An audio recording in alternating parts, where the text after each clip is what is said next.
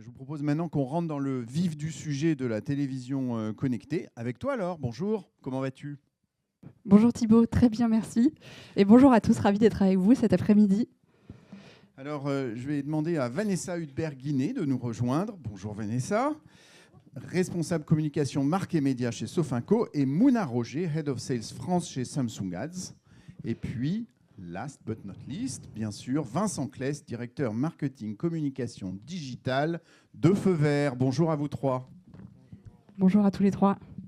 Merci beaucoup d'être avec nous cet après-midi. Où vous voulez, Vincent. Ah oui, c'est vrai que le micro est là-bas. Très bien. Et donc, on va passer à cette première table ronde de l'après-midi qui va porter sur le sujet reach, puissance et précision, la télé dans tous ses états. Et donc, avant d'entendre nos trois speakers que Thibaut vient de nous présenter, on avait une première citation. Mais tout à fait. Qui a dit, c'est un jeu, la télévision est une machine à montrer ce qui y passe et à cacher ceux qui n'y passent pas. Quelqu'un a une idée ? Eh bien, c'est Jean d'Ormesson, bien sûr. Et donc, on va parler des marques qui passent et qui peut-être cachent celles qui n'y passent pas. Donc, merci à vous trois. L'idée, c'était de parler de reach, de puissance, de précision aussi, et de la télé connectée. Avec vous trois, vous êtes maintenant, je crois, présentés. Et on va pouvoir leur commencer. Absolument. Et donc cet après-midi, on va se parler de télé et on va se parler plus spécifiquement de télé digitale. Mais en fait, quand on parle de télé digitale, on parle de pas mal de choses différentes. C'est un écosystème qui est encore assez récent, mais qui est déjà très divers. Et donc, voilà, on avait envie de se mettre un petit peu tous au même niveau de connaissance et de compréhension de l'écosystème de télé digitale. Donc en fait, de la télé digitale, ça regroupe, on va dire, 5 grandes catégories, 5 grandes dimensions. La première, alors vous voyez, en termes d'acronymes, on a été moyennement imaginatif. Je dis nous, c'est le marché, mais on a de la BVOD, de la SVOD, de la AVOD, et de la télé segmentée et de la FAST. Alors donc la BVOD, c'est les Broadcaster Video on Demand. Donc là, ce sont les chaînes, les régies qui permettent d'accéder aux programmes qui diffusent en replay sur des plateformes dédiées. Donc selon les modèles, ce sont des plateformes qui sont gratuites ou payantes. La SVOD, c'est donc la Subscription Video on Demand. Donc là, c'est les plateformes type Netflix ou Amazon Prime, par exemple, qui permettent, sous réserve de prendre un abonnement, d'accéder à des contenus qui sont proposés par la plateforme. La AVOD, les Ad Supported Video on Demand, donc là, ce sont des services qui sont soit gratuits, soit freemium, qui sont donc, dans la majorité, ils tirent des revenus principalement de la publicité et qui permettent là aussi d'accéder à du contenu, donc du YouTube, du Dailymotion par exemple, sur lequel on peut accéder à des vidéos. La télé segmentée, c'est donc la possibilité de cibler via des chaînes de télévision type TF1, France Télé, M6, des segments spécifiques d'audience basés sur de la géographie, des catégories socio-démo, même de la data first party des annonceurs, on va en parler. Et puis FAST, Free Ad Supported Streaming TV. Donc là, c'est des chaînes comme Pluto TV ou Samsung TV+, peut-être que vous allez l'évoquer, qui sont donc des chaînes qui sont gratuites et qui sont financées par la télévision et qui donnent accès à des contenus et des chaînes de télévision gratuites basées sur un modèle de publicité là aussi. Mouna, c'est compliqué quand même. Vous validez les définitions qui ont été données là ? Je pense qu'on a tous mis un peu de temps sur le marché à éduquer les agences, les annonceurs sur ces définitions. Je pense qu'on est arrivé entre-temps à des bonnes définitions de ces acronymes et également aussi entre-temps de leur compréhension aussi au sein du marché de manière générale. On les a, on les garde. Bravo. Alors j'ai un peu de mal moi à transitionner avec entre le pitch de Frédéric vers de la CTV. J'étais émue quand même par ce pitch-là. Ça m'a replongé dans mes expériences d'entrepreneuriat de 4 ans aussi, un passage aussi à Station F. Et je retiens vraiment le mot regarder devant soi, rester créatif et ouvert. Et de même qu'un message ce matin de mon jeune entrepreneur de 21 ans, auprès de qui j'ai posé une question personnelle et il me répondit. En fait, je lui ai dit, tu as de la chance d'être entrepreneur. Et il me dit, la chance, il faut la prendre. Donc, c'est un message que je renvoie à cette audience. Il faut prendre la chance de faire évoluer les choses et on est tous là pour le faire ensemble. Bon, ben, ça part fort, hein, notre après-midi. Merci Mouna beaucoup. Là, on est complètement sorti du fil. Laure, je te laisse recadrer les choses peut-être. Alors Vanessa, c'est pour toi. On va revenir à des sujets. Alors donc, Vanessa, chez Sofinco, vous êtes un acteur important de la télé linéaire traditionnellement, mais vous avez aussi été des précurseurs dans les tests, l'utilisation de la télévision digitale, en particulier de la télé segmentée. Donc est-ce que tu peux nous raconter, chez Sofinco, quel rôle vous donnez à la télé segmentée, comment vous l'utilisez et surtout comment vous l'articulez avec la télé linéaire, parce que vous n'avez pas arrêté de faire de la télé linéaire. Non, on aime trop. Ouais, on aime. Il marche pas. C'est bon. Oui, on aime trop la télé chez Sofinco. En fait, on est un acteur historique et d'ailleurs, la catégorie autour du crédit est assez présente en télévision. Mais on est vraiment convaincu que ce serait une erreur que d'être dans la confrontation entre les deux mondes. On voit bien, en venant en voiture, je me disais, mais Danse avec les stars, c'est un bon exemple en fait. Tu n'as pas l'air de regarder Danse avec les stars, Thibaut. Mais en tout cas, voilà, c'est un programme super puissant en télévision. Et hop, comme de par hasard, il cartonne en digital avec Michou. Et là, on voit bien une vraie complémentarité. Donc, c'est hyper intelligent. Donc, nous, on a envie de faire la même chose sur Sofinco. On a besoin de la télé linéaire parce qu'on voit bien qu'en puissance de frappe, pour travailler la baseline, la notoriété à court, à moyen terme et aussi les flux, c'est le meilleur média de masse. On le premiumise de plus en plus. On voit bien que quand on choisit des programmes qualitatifs, c'est encore plus puissant plutôt que d'être dans du ROI à tout prix en télé finalement. Choisissons des programmes fédérateurs et ça fonctionne encore mieux. Et c'est là où finalement on se dit oui, c'est bien, c'est super dans cette mais c'est super cher d'être dans ces tunnels-là. Donc il y a la complémentarité qui arrive avec la télé segmentée qui est hyper intéressante, qui va nous permettre de travailler en granularité sur des cibles bien choisies. Nous, c'est vrai qu'on a fait historiquement quelques tests. Là, ce qu'on se dit, c'est qu'on va pouvoir accélérer sur des ciblages fins sur nos clients parce qu'évidemment, on transforme mieux nos clients. Donc, ça a un intérêt financier d'aller les toucher de manière plus forte, en surpression. On va pouvoir aussi aller toucher des cibles à forte valeur qui ont, par exemple, des propriétaires. On pourra leur envoyer des offres sur l'éco-rénovation. Évidemment, ça ne sert à rien d'arroser large sur ces produits-là. Mais par contre, sur des propriétaires, c'est hyper intéressant. Et puis, on va s'accorder aussi d'innover. C'est vrai qu'il y a des secteurs sur lesquels, en tout cas des thématiques sur lesquelles on ne parlait pas en télé. Et on se dit que toute la problématique B2B, d'aller en conquête de nouveaux partenaires, pourquoi pas aller sur des chaînes, enfin des programmes un peu particuliers. Donc c'est pareil, c'est des niches, mais on va pouvoir travailler aussi avec des créations différentes. Donc on trouve ça assez cool tout ça en fait. Très cool même. Alors Vincent, chez Feu Vert, comment est-ce que vous faites pour articuler justement télé digitale et télé linéaire ? Alors c'est vrai que chez Feu Vert, on a depuis longtemps une présence en télé. Le chat est très représenté. On a fait il n'y a pas longtemps un micro-trottoir. On a voulu le faire partir. Bon, les gens, ils ont réagi tout de suite. Hein.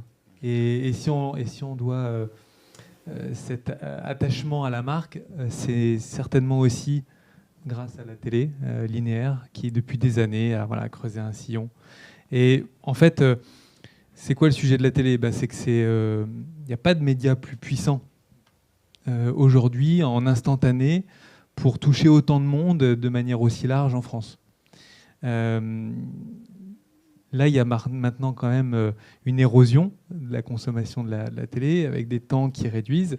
Et puis, on utilise tous de plus en plus de notre temps pour aller sur d'autres plateformes. Donc, comment est-ce que nous, on gère ça ? En fait, on continue d'être très présent en télé. On a... une stratégie qui est dite always on, c'est-à-dire que toute l'année, on va être régulièrement présent pour s'assurer qu'il n'y ait pas des longues périodes de démémorisation, c'est-à-dire que les gens ne nous oublient pas parce qu'on est trop peu présent pendant une longue période. Et à chaque fois, ce qu'on sait aussi, c'est que quand on est présent en télé, par exemple, on va dire, bon, je veux une couverture de 80% et 7 répétitions. Donc je voudrais que les gens, en moyenne, me voient 7 fois. Mais on sait très bien qu'en fait, il va y avoir des gros consommateurs télé qui vont nous voir 20, 25, 30 fois. Et puis, il y a des tranches qui vont beaucoup moins nous voir, peut-être qu'une ou 2 fois. Et surtout sur des tranches plus jeunes. Et donc, en fait, là, on va utiliser la VOL, la vidéo online, donc les plateformes de catch-up, par exemple, pour revoir son programme. Et là, on sait qu'on gagne en couverture, en répétition. On augmente de plusieurs points, en fait, notre couverture comme ça, et on augmente la répétition, surtout sur des tranches particulières. Voilà. Et l'autre complément qu'on peut faire, c'est un peu ce qui a été dit, c'est que c'est avec ces nouveaux supports connectés, on arrive à être plus ciblé. On peut toucher donc des audiences différentes et ça aussi, ça vient bien compléter notre dispositif. Bon, alors ça, je crois que le ciblage, on va beaucoup en reparler effectivement cet après-midi. Oui, tout à fait. Et sur l'exemple que vous donniez sur le fait d'étendre le reach, je crois que c'est aussi un test que vous aviez fait, de cibler des petits consommateurs télé en télé linéaire et de les cibler en télé segmentée. Et vous aviez observé que ça avait permis de générer plusieurs points d'incrément de reach sur des gens qu'on n'aurait pas touchés si on les avait ciblés qu'en télé linéaire.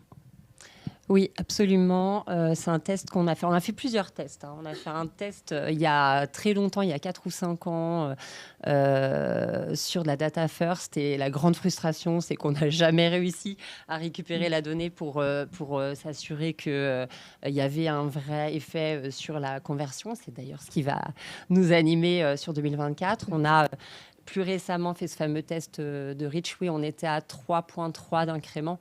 Donc, c'est des petits volumes, mais on voit qu'il y a un intérêt. C'est vrai que l'enjeu de 2024, ça va être de calculer l'incrément, vraiment de viser l'incrément de conversion, réel. Oui, complètement. Vous, Mouna, chez Samsung Ads, est-ce que c'est des sujets sur lesquels vos clients vous interrogent de comment jouer cette complémentarité entre télé linéaire et télé digitale quand ils viennent faire des campagnes avec vous ? Tout à fait. Et puis, dans la continuité aussi des intervenants, donc la télé traditionnelle reste vraiment incontournable. Donc, le grand écran gardera toujours sa place centrale au sein des foyers français. Et, parce que les 77% quand même de consommateurs français de vidéos, ça se passe via les grands écrans, d'une part. Donc, pour articuler aussi la télé digitale, puisque la CTV en fait désormais partie, et une partie aussi, une composante assez importante du total vidéo, tout court. Donc la télé digitale est là aussi pour soutenir justement les besoins des annonceurs, pour venir aussi apporter ces audiences justement incrémentales dont vous parliez, de manière vraiment mesurée, une mesure aussi unifiée, consolidée, etc. Donc oui, on est interrogé sur ces sujets-là et voilà. Donc nous on se rend compte en tous les cas d'une certaine convergence de plus en plus entre la télé traditionnelle, dans le sens historique du terme, et la télé digitale, de par notre travail au quotidien avec nos clients, que ce soit des partenaires de contenu, ou que ce soit aussi dans des broadcasters d'ailleurs, ou des FAI, donc qui nous demandent vraiment de manière croissante de les accompagner justement vers le digital. Et par ailleurs aussi, on a des acteurs aussi, des grands acteurs aussi du digital qui nous demandent de les accompagner vers le grand écran. Donc on voit qu'il y a un certain bouclier qui est en train de se former en fait entre la télé traditionnelle et la télé digitale, clairement. D'accord. Et donc, alors, est-ce que vous pouvez nous expliquer un peu concrètement, quand une marque veut faire une campagne avec Samsung Ads, comment ça se passe, quel type de données, de segments elle peut cibler ? D'ailleurs, je pense que c'est super important de remémoriser, parce qu'on n'a peut-être pas tous la même tranche d'âge dans l'audience. Samsung a digitalisé en fait les téléviseurs, parce que là j'agis en tant que marque, mais aussi en tant que constructeur numéro 1 global. Donc on a digitalisé les téléviseurs depuis 2012. Donc depuis 2012, on ne produit que des Smart TVs, donc que des télés connectées. Donc c'est ce qui nous donne un petit peu quand même la position premium et privilégiée en tant qu'acteur et témoin aussi de ce nouveau paradigme télévisuel et de publicité notamment. Donc oui, une marque c'était un petit peu aussi le déclenchement aussi de la CTV l'année dernière. Les marques peuvent cibler les audiences de leur choix, hein, que ce soit une audience jeune, des consommateurs, petits consommateurs télé, des audiences CSP, etc., justement avec la capacité d'aller chercher cette audience-là de manière granulaire, grâce à la donnée justement déterministe de Samsung Ads, qui est une force partie, qui repose sur une technologie propriétaire d'ACR. C'est un acronyme qui n'est ni plus ni moins des screenshots en fait, qu'on vient faire sur le téléviseur. L'équivalent de Shazam Audio, en fait, je pense que ça vous dit beaucoup dans cette audience. Donc c'est la même chose qu'on vient faire aussi au niveau des téléviseurs. On vient capter des screenshots, des images pour comprendre la consommation de ce téléviseur. Il consomme plus de documentaires, puis il regarde plus de la fashion, du luxe, etc., etc. Et c'est ce qui nous permet justement de construire ces audiences de bassin en fait, qu'on met justement à la demande de nos annonceurs clients et de leurs agences partenaires. La prochaine fois, une petite démonstration d'écran, Mouna, serait peut-être pas mal, je pense. Pourquoi pas? On pense. Formidable. Alors, on va revenir, je crois, à Sofinco. Peut-être, Vanessa, tu peux nous dire en quoi la télé digitale permet de mieux mesurer l'impact, même si c'est l'objectif cette année, il y a quand même déjà des mesures qui sont possibles. Oui, en fait, elle est beaucoup plus concrète puisqu'on peut rapprocher, en effet, les effets directement avec nos bases de données. Donc, en tout cas, c'est l'ambition de cette année. On a par ailleurs un marketing mix modeling qu'on est en train d'intégrer qui va nous permettre d'avoir une vision plus globale, plus large. Et qui va nous donner une analyse au trimestre. Voilà, c'est ça. Merci. C'est pas très grave, mais je pouvais le faire sans. Donc, une vision plus moyen terme et une analyse plus posée avec ce fameux outil qu'on est en train d'intégrer qui va être propriétaire. Et en parallèle, c'est vrai que le digital, c'est magique parce que c'est ultra concret. Et là, on va pouvoir faire des tests d'incrément sur nos bases clients en allant toucher nos clients avec notre copie, avec des segments mis à part pour s'assurer, je pense que c'est la slide d'après, voilà, avec un groupe test, un groupe témoin. Très bien réalisé par vous, d'ailleurs. Et l'idée, c'est vraiment d'aller, in fine, voir ce qui se passe en action client. Est-ce qu'ils vont sur leur espace client? Est-ce qu'ils réutilisent leur carte? Est-ce que finalement, ils ont un nouveau projet? Voilà, donc on va être extrêmement concret et c'est bien l'intérêt là des deux mondes, c'est-à-dire qu'en télé linéaire, on est très macro et c'est vrai qu'on fait des tests de notoriété, on voit bien les effets. Mais ça reste macro. Là, on va aller de manière très fine à l'individu, voir les effets. Donc ça, c'est vraiment très intéressant et je pense qu'on n'est qu'au début de l'histoire. Oui, c'est ça. Effectivement, le gros avantage d'un test comme ça, c'est que, comme tu le dis, on va pouvoir non seulement avoir la mesure globale, mais on va aussi pouvoir voir à l'individu qui a réagi, de quelle façon, qui est le plus sensible à la télé et qui l'est moins. Et ça, c'est des enseignements qui sont clés pour une base CRM, complètement. J'aimerais quand même que chacun réalise ce qu'on a juste à l'écran, qui est de montrer un test d'incrémentalité sur de la télévision. C'est quelque chose qui devient possible ces jours-ci, ces mois-ci. C'est quand même le rêve de tout marketeur, de pouvoir utiliser le média le plus puissant, Frédéric l'a dit, pour pouvoir en même temps faire de l'expérimentation. Donc on va reparler tout à l'heure de quelques exemples d'expérimentation qu'on fait déjà chez Numberly aux États-Unis et je trouve qu'on va en reparler beaucoup cet après-midi, mais c'est évidemment la raison d'être de cet après-midi du TV Day. Donc merci à vous les marques de pousser les capacités de la technologie parce que évidemment sans vous rien n'est possible. Mais du coup, je voulais ajouter, pardon, mais en plus, je pense que pour le coup, la télé digitale vient au service de la télé globale, hein, parce que quand on arrive à approuver un incrément comme ça, finalement, il sert les deux mondes, encore une fois. Donc, ce qui est parfois un peu difficile, hein, aujourd'hui, les budgets marketing sont toujours un peu difficiles à appuyer. Donc, plus on a de preuves concrètes, mieux on se porte. Hein. Complètement. Pour rester sur ce sujet de la mesure, chez Feu Vert, vous avez un grand nombre de magasins physiques. Donc, c'est toujours un peu compliqué de faire le lien, alors déjà de mesurer au global, mais en plus de faire le lien entre télévision et visite et achat en magasin physique. Est-ce que chez Feu Vert, vous avez des outils pour mesurer l'impact de la télé digitale en particulier sur vos conversions en magasin ? Oui, l'enjeu, c'est de... Bon, on imagine, on a donc là 350 magasins, par exemple, en France. Les gens vont venir peut-être directement en magasin, peut-être ils vont appeler au téléphone, peut-être ils vont consulter le site internet, prendre rendez-vous en ligne, peut-être juste commencer leur parcours en ligne, puis ensuite venir en magasin. Bon, évidemment, les parcours sont multiples. Et là-dedans, il y a un parcours média qui est tout aussi complexe ou mélangé. On va regarder une émission en replay qu'on va commencer en replay, puis qu'on va regarder la fois d'après directement en linéaire. On va évidemment regarder son smartphone, une série sur Netflix ou sur Amazon Prime. Et donc, l'environnement média, tout comme les parcours, sont vraiment complexes. Et donc, comment est-ce qu'on arrive à attribuer la performance d'un trafic aux différents médias ? Déjà, ce qui est très important, c'est que dans notre stratégie de départ, on ait des outils de mesure de la performance des audiences. Aujourd'hui, avec la télé, il y a des choses très établies, avec médiamétrie, net ratings, qui nous permettent d'avoir vraiment des audiences. On sait les répétitions, les couvertures, etc. Sur ces nouveaux supports, c'est pas encore au point. Il n'y a pas encore de GRP universel vidéo.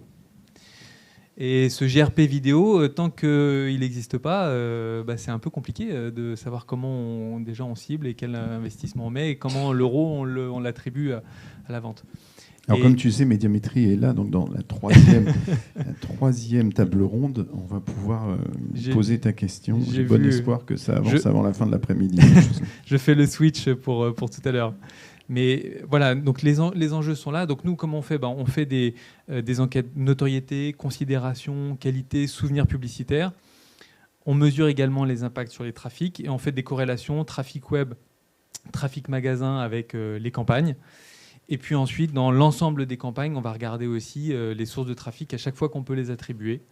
Et tout ça, ça nous permet de faire des études et d'estimer ce qui se passe, avec aussi des brand lift surveys ou des études de comparaison quand on a des panels ou des témoins. Ce qu'on fait aux États-Unis, c'est d'exposer certains étapes à d'autres. Du coup, ça, vous pouvez le faire un peu plus difficile en France. Hein. En France, sur la partie télé, ce ne sera pas possible. On peut le faire avec parfois certaines campagnes radio en local, et ce sera possible avec la télé segmentée. Bien sûr. Et là, pour le coup, par exemple, nous, on est en train de travailler sur des campagnes spécifiques pour des ouvertures de magasins, où on pourra cibler du coup une région, et que la région concernée par l'ouverture du magasin. Et donc là, on verra exactement ce qui se passe. Génial. Je crois que c'est déjà la fin. Mouna, je voudrais que tu nous dises, et chacun d'entre vous, au fond, quelles sont les innovations que vous attendez pour cette année ? De notre côté, on considère que la transparence au niveau des KPI, au niveau de la mesure, donc de l'homogénéité, on va dire, au niveau de la mesure, c'est très important. C'est ce que demandent en tous les cas nos clients annonceurs et leurs partenaires. La personnalisation, c'est un point aussi clé, donc qui est vraiment au centre des préoccupations aussi des annonceurs. Donc, il faut vraiment, on va dire, avancer de plus en plus sur des ciblages de plus en plus granulaires, de plus en plus data-centriques. Dans l'expérience aussi que vous entamez, que vous faites, c'est parfaitement un bon début. Et voilà, donc je pense qu'on est tous d'accord dans cette audience que en tous les cas, on voit l'évolution de la digitalisation en fait, de la télé linéaire et que ce n'est que le début, quoi. Merci beaucoup, Mouna. Vanessa, tu nous as parlé pas mal d'innovation, mais au fond, ton vœu le plus cher pour cette année ? Alors, je partage la mesure, évidemment. Mon vœu le plus cher, c'est que la mise en œuvre soit aisée, facile. parce qu'aujourd'hui, quand même, ça reste un gros effort pour notamment faire des campagnes first party. C'est un peu compliqué. On voit bien que toutes les chaînes, les telcos, bon, tout le monde n'est pas forcément bien aligné. Donc, mon vœu le plus cher, c'est qu'il y ait un alignement un peu de marché. Pourquoi pas une plateforme qui nous permette de monter nos campagnes facilement. Et puis le deuxième, oui, il y a un vrai enjeu. L'hyper-personnalisation implique très probablement beaucoup de création.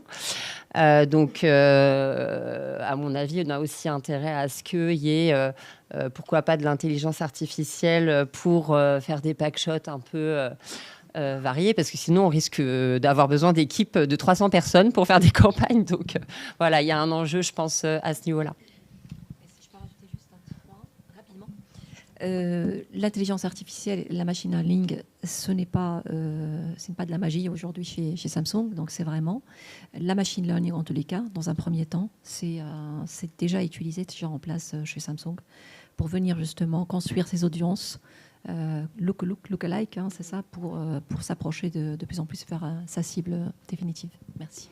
Et c'est vrai que sur la création de contenu, on va y revenir dans l'après-midi. On a une capsule là-dessus, mais c'est aussi un gros enjeu de la télé segmentée, puisqu'on abaisse les barrières à l'entrée de la télé avec des coûts de campagne qui sont bien inférieurs, mais derrière, ça implique quand même d'avoir un spot télé et ça implique de simplifier la création des spots et de qualité. Absolument. Et Vincent, peut-être ? Oui, ça a déjà été dit. La mesure, la qualité du ciblage aussi qu'on va pouvoir faire. Il va y avoir des annonces avec, je pense, des plateformes qui ont beaucoup d'expérience dans la capacité à cibler des audiences bien plus que ce qu'on a jusqu'à présent. Ça, c'est dans 3 minutes. Voilà, je fais les transitions. Moi, je fais les transitions. C'est impressionnant. Je fais toutes les transitions. Et je pense aussi, je voudrais quand même reparler de la création, parce que peut-être un des freins qu'on pourrait avoir pour les annonceurs historiques qui ont fait de la télé, c'est de se dire déjà comment est-ce que les CPM, les coûts vont évoluer. Aujourd'hui, franchement, les coûts qu'on a vus sur la télé segmentée sont très chers. Donc, pour faire reproduire des audiences aussi larges, aussi vastes que la télé, on ne s'y retrouvera pas. Donc comment est-ce qu'on va trouver quelque chose d'équilibré entre ciblage précis et capacité d'avoir des audiences avec des coûts accessibles. Et puis l'autre sujet, c'est la création. Parce que 50%, je ne sais pas si vous avez en tête ce chiffre, mais Kantar avait fait une étude, plus de 50% de l'impact d'un spot, c'est la création. Devant la couverture et devant la répétition. Et donc, comment est-ce qu'on a un écrin à la création qui permette quand même qu'elle s'exprime suffisamment et qu'elle ait toujours autant d'impact. Et donc, si demain on est dans des tunnels de publicité, dans quel tunnel on est ? Dans quel environnement publicitaire on est ? Si demain on est au milieu d'un contenu vidéo, comment est-ce qu'on s'assure que nous, marques, on se retrouve au bon moment du contenu ? Est-ce qu'on est dans un contenu approprié avec la présentation de la marque ? Toutes ces questions vont se poser. Donc voilà, mes attentes aussi, c'est vraiment de voir comment le marché va se construire autour de nouveaux enjeux de présentation des marques dans ce contexte de création. Un grand merci de votre éclairage. 2 gros annonceurs, évidemment, du marché français en télévision. C'était indispensable de vous avoir avec nous aujourd'hui. Laure, on a peut-être des questions dans la salle ? Tout à fait. Avons-nous des questions dans la salle ? Ou à distance, puisqu'on a beaucoup de gens à distance. Oui, je vois Michel qui lève la main. Alors là, attention, ça peut prendre quelques heures. Bonjour, Michel Juvillier, consultant indépendant. Je représente plusieurs adtech qui souhaitent rentrer sur le marché français. Vous avez évoqué le GRP vidéo, on a évoqué aussi la notion de convergence. Ma question est, quelle est votre vision de la notion de CPM en télévision linéaire, sachant qu'un certain nombre de marchés, comme le marché espagnol, a pris le devant sur ces questions et que ce serait peut-être un élément intéressant pour gérer cette fameuse convergence entre CTV, Addressable TV et télé linéaire. Donc, quel est votre avis sur l'emploi possible du CPM en télé linéaire ? Alors, pourquoi pas ? Le CPM, finalement, c'est juste une échelle pour évaluer un achat média. La question, c'est du coup, quel est le ROI qu'on peut mettre derrière, ou on revient à cette question de mesure.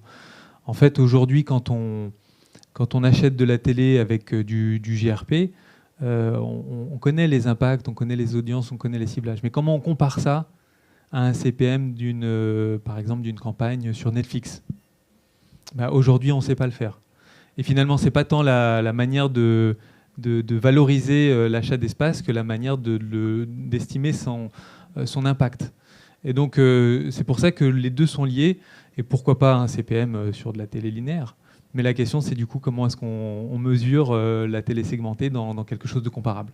Donc, c'est encore pas complètement identifié. Je crois qu'il y a des tables rondes qui répondront tout à l'heure. Absolument. Et encore une fois, tout est bien lancé. Je voudrais vous remercier tous les trois.